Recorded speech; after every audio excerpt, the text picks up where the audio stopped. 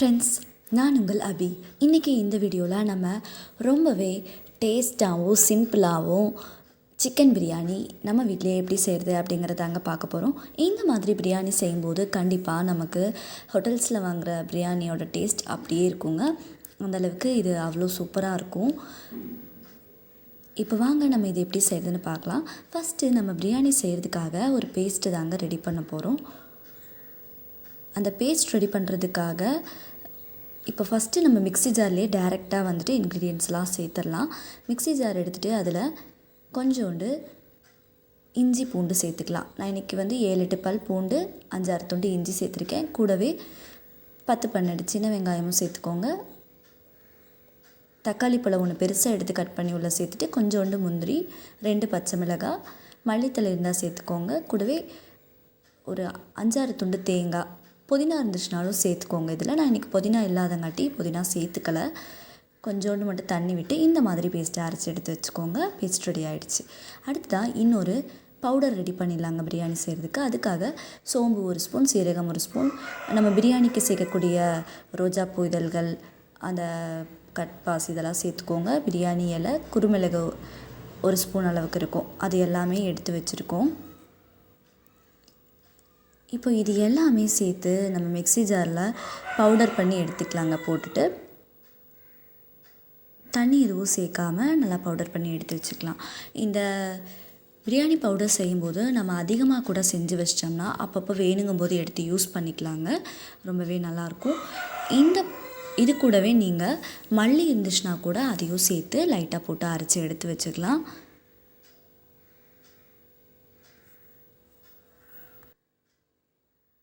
அடுத்ததாக அடுப்பில் ஒரு குக்கர் வச்சுக்கோங்க. குக்கர் சூடானதுமே அதில் எண்ணெய் சேர்த்துக்கலாங்க. எண்ணெய் ஒரு 4-5 ஸ்பூன் அளவுக்கு சேர்த்துக்கோங்க. பிரியாணிக்கெல்லாம் எப்போவுமே எண்ணெய் நிறையா சேர்க்கும்போது நல்லாயிருக்கும்.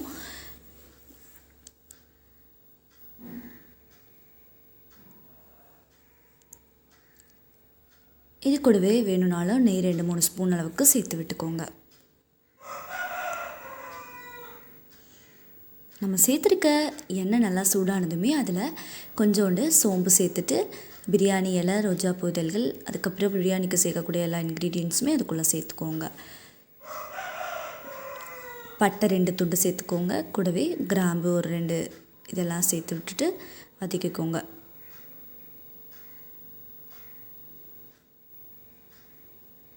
இது கூடவே ஒரு பச்சை மிளகாயை நான் உள்ள சேர்த்துருக்கேங்க.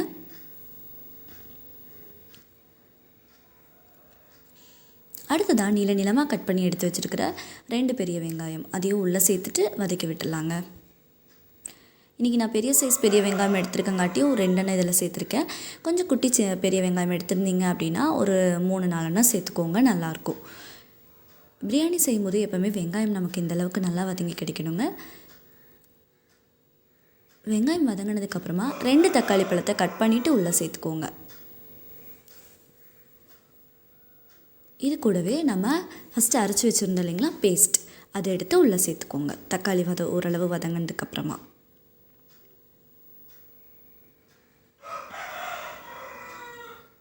பேஸ்ட்டு சேர்த்துட்டு நல்லா கலந்து விட்டுக்கோங்க. இதோட பச்சை வாசனை போகிற அளவுக்கு இது வதங்கி கிடைக்கட்டுங்க.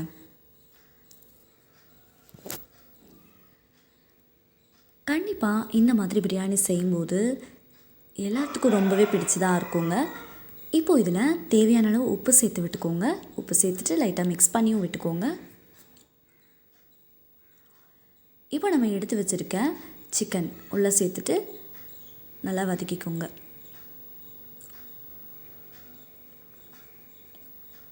இது கூடவே நம்ம மிக்ஸி ஜாரில் போட்டு பவுடர் பண்ணி வச்சுருந்தோம் இல்லைங்களா, அந்த பிரியாணி பவுடரையும் உள்ளே சேர்த்துக்கோங்க. சேர்த்துட்டு நல்லா வதக்கிக்கோங்க. இப்போ இதெல்லாம் வதங்கும் போதே நமக்கு அவ்வளோ ஒரு சூப்பரான ஸ்மெல் வருங்க.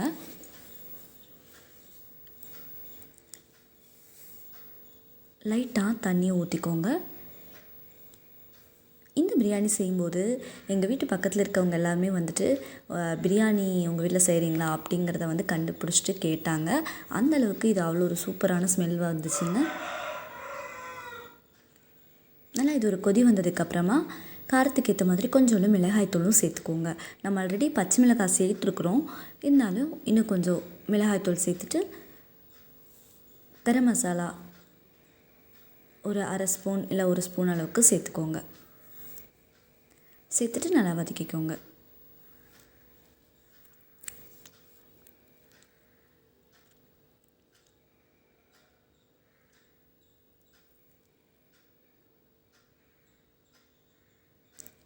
இப்போ இது ஒரு 2-3 நிமிஷம் ஆயிடுச்சுங்க.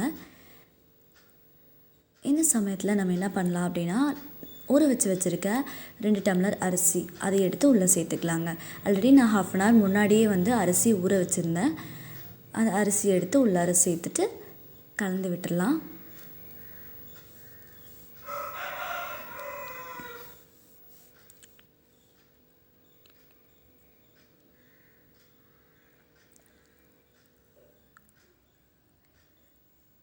அரிசி போட்டதையும் தண்ணி ஊற்றிட வேண்டாங்க. அரிசி சேர்த்துட்டு அதில் தண்ணி இந்தளவுக்கு ட்ரையாக விட்டுருங்க. அதுக்கப்புறமா நம்ம தண்ணி ஊற்றிக்கலாம். நம்ம சேர்த்துருக்க அரிசிக்கு தேவையான அளவு தண்ணி சேர்த்துக்கோங்க. நான் 2 டம்ளர் அரிசிங்காட்டியும் 4 டம்ளர் அளவுக்கு தண்ணி சேர்த்துருக்கேன்.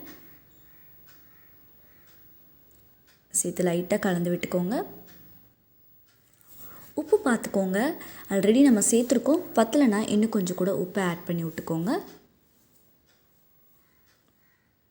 மேலால் புதினா இலை மல்லித்தலை இருந்துச்சுன்னா லைட்டாக தூவிக்கோங்க.